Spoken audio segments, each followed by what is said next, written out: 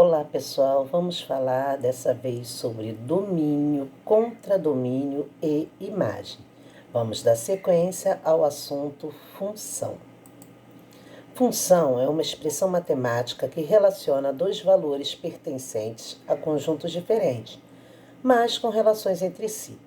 A lei de formação que intitula uma determinada função possui três características básicas: domínio, contradomínio e imagem. Essas características podem ser representadas por um diagrama de flechas. Isso facilitará o entendimento. Então, quando nós falamos em função, nós temos uma lei de formação que a intitula. E dentro dessa lei de formação, nós vamos conseguir definir o domínio, o contradomínio e o conjunto imagem. Função de A em B. Uma função de um conjunto A em B é uma relação de A em B, tal que todo elemento de A deve estar relacionado com um elemento de B. E este deve ser único. Então, o que nós vemos aqui? Que para ser uma função de A em B, nós temos que ter uma relação e cada elemento do conjunto A, ele deve relacionar-se apenas com um único elemento do conjunto B. Formalmente, uma função f é uma lei a qual para cada elemento x em um conjunto A faz corresponder exatamente a um elemento chamado f de x no conjunto B. Então, o elemento do conjunto A vai se relacionar com apenas um único elemento no conjunto B. E nós indicamos a função por f de x, que também chamamos de y. A lei de formação pode vir no formato f de x ou y. Dada a seguinte função, f de x, o que eu acabei de falar, tá vendo? Igual a x mais 1. Nesse lugar de f de x, poderia vir como sendo y. Então, isso aí é a lei de formação. E os conjuntos A, que temos os elementos 1, 2, 3, 4, 5, e conjunto B com os elementos 1, 2, 3, 4, 5, 6 e 7. Vamos construir o diagrama de flechas. Então, o que nós vamos fazer? Nós vamos montar um diagrama com os elementos de A. 1, 2, 3, 4, 5. Construímos o nosso diagrama. E vamos construir um diagrama com os elementos de B, que são 1, 2, 3, 4, 5, 6 e 7.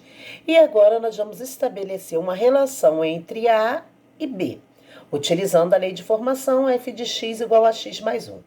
Primeiro lugar, nós vamos pegar o primeiro valor dado para o conjunto A, que foi o 1. Então, faremos f de 1. No lugar de x, vamos substituir o 1. Então, ficaremos com 1 mais 1, que é igual a 2. Isso significa que o elemento de A, que é 1, vai se relacionar com o elemento em B, que é o 2. E assim por diante. Substituindo lá na lei de formação, eu vou ter elemento de A, que é o 2. Então, é o meu x, vai ser 2 mais 1, que vai ser igual a 3. Então, o 2 vai se relacionar com o 3. O 3, que é o elemento de A, vai ficar 3 mais 1, que vai ser igual a 4. 3 vai se relacionar com 4. 4, que é o elemento de A. 4 mais 1, 5. 4 vai se relacionar com o 5. E o próximo elemento de A, que é o 5, vamos substituir. Aqui, ó, gente, ó, 5 mais 1, que vai ser igual a 6. Ou seja, esses valores foram os que nós usamos para x e encontramos os possíveis valores de y, ok?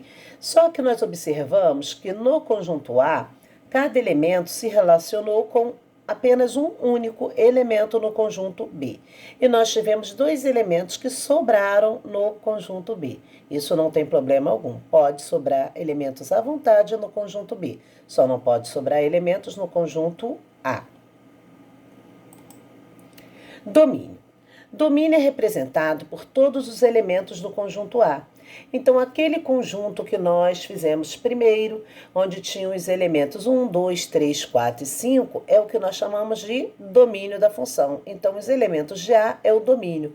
Resumidamente, podemos dizer que domínio é um conjunto de partida. Contradomínio. Contradomínio foi representado por todos os elementos do conjunto B. Então, contradomínio da função foram os elementos 1, 2, 3, 4, 5, 6, 7. Então, contradomínio, podemos dizer que é o conjunto de chegada. Nós saímos do conjunto A, que é o domínio, e chegamos no conjunto B, que é o contradomínio. Porém, alguns elementos desse conjunto B receberam as flechas, ou seja, participaram da relação com o A. E esses elementos que receberam as flechas, nós dizemos que é o conjunto imagem. Então, o conjunto imagem é representado pelos elementos do contradomínio, ou seja, os elementos do conjunto B, que fizeram a correspondência com o domínio, ou seja, com os elementos de A. Então, a imagem da função foram os elementos 2, 3, 4, 5 e 6. Então, podemos dizer que imagem são os elementos de B que recebem as flechas. Características especiais que definem uma função. Observe, todos os elementos do conjunto domínio devem possuir um representante no conjunto contradomínio. É o que nós falamos, que cada elemento do conjunto A deve possuir um único correspondente no conjunto B. Caso isso não ocorra, a lei de formação não pode ser uma função. Aqui nós temos exemplo, conjunto A, conjunto B. Cada elemento de A possui um correspondente no conjunto B. Então, dizemos que é uma função. Já nesse caso aqui, conjunto A, conjunto B. Observe que tem um elemento do conjunto A que não tem correspondente no conjunto B. Se isso aconteceu, eu vou dizer sobrou elemento em A. Se sobrou elemento em A, eu vou dizer que não é uma função. Então, com isso, definimos que nem toda relação é classificada como sendo uma função. Outra situação. Um único elemento do domínio não deve possuir duas imagens, porque nós falamos que cada elemento de A deve possuir um único correspondente em B. Então, nesse caso aqui, esse elemento, ele está se relacionando com dois elementos em B. Então, por esse fato, o elemento de A está com duas imagens em B. Então, vamos dizer que isso não é uma função. Observe que restam elementos no conjunto domínio que não foram associados ao conjunto imagem. É o que nós falamos anteriormente. Nessa situação aqui, sobrou um elemento aqui que não se relacionou com ninguém no conjunto B. Por esse motivo, não é uma função. Se tivesse sido sobrado o elemento em B, não haveria problema algum, seria uma função. Mas como sobrou o elemento em A, nós dizemos que não é uma função. Mas dois elementos diferentes do domínio podem possuir a mesma imagem. Então, aqui, ó, cada elemento de A possui um correspondente em B. Então, ó, esse elemento tem um correspondente, esse elemento tem esse mesmo correspondente. Então, cada elemento de A possui um correspondente em B. Então, eu tenho dois elementos do domínio que estão se relacionando com o mesmo elemento no conjunto B. Isso é função? Sim. Então, observe a diferença. Nesse caso aqui, um elemento do domínio não deve possuir duas imagens, ok? Mas dois elementos do domínio podem possuir a mesma imagem. Então, são situações diferentes. Nesse primeiro caso aqui, não é função. Já nesse segundo caso, sim, é uma função. Determinação do domínio. Exemplos. Primeira situação. A função h é definida por h de x igual a x ao quadrado menos 9 sobre x menos 3. Determine o seu domínio. Solução. Temos que fazer o denominador x menos 3 diferente de zero. Por que nós temos que fazer esse valor diferente de zero? Porque nós temos que procurar os valores que anulam o denominador da função. E se você parar e raciocinar, nós sabemos que o denominador da fração não pode ser zero. Aqui, se eu substituir o 3 positivo, o que vai acontecer? 3 menos 3, vamos obter zero. Então, por isso que dizemos que x menos 3 tem que ser diferente de zero. Logo, x tem que ser diferente de quem? 3. Porque esse 3 é o valor que vai anular o denominador. Então, quem vai ser o domínio? O domínio dessa função são os números reais, porém, eu tenho que excluir esse valor que anula. E o valor que anula é o 3. Então, domínio é os reais menos quem? O 3. O 3 não serve como resposta para domínio dessa função. Segunda situação. A função g é definida por g de x igual a raiz quadrada de x menos 5. Então, o que acontece? Nessa função, eu tenho a minha função g, então, domínio dessa função, eu tenho que procurar excluir os valores que vão fazer com que aqui dê valor negativo. Se eu colocar, por exemplo, aqui no lugar de x menos 4, eu vou ter menos 4 com menos 5. Vamos obter quanto? Menos 9. E aí eu vou ter raiz quadrada de menos 9. Raiz quadrada de menos 9, a gente sabe que não pertence ao conjunto dos números reais, porque eu não posso ter um radicando negativo com um índice par. Então, solução x menos 5 tem que ter números maiores ou iguais a zero. Então, x tem que ser valores o quê? Ó, menos 5 passou para o outro lado, mais 5. Então, x só podem ser valores que sejam maiores ou iguais a 5. Só posso usar valores maiores ou iguais a 5. Se eu pegar o 5 e substituir aqui, 5 menos 5, zero. Raiz quadrada de zero, ok, é zero. Se eu pegar o menos 5, eu não posso porque vou obter menos 10. Então, só devo utilizar valores maiores ou iguais a 5. Se eu pegar o 6, 6 menos 5. 6 menos 5 vai ser igual a 1. Raiz quadrada de 1, 1. Então, o domínio dessa função, que é a g de x, vai ser quem? X tem que pertencer ao conjunto dos reais, tal que só devo utilizar valores de x maiores ou iguais a 5. Terceira situação. A função f é definida por f de x igual a 2x. Determine o seu domínio. Então, qualquer valor que colocarmos aqui vai servir para a gente. Por quê? 2 vezes 0 vai ser igual a 0.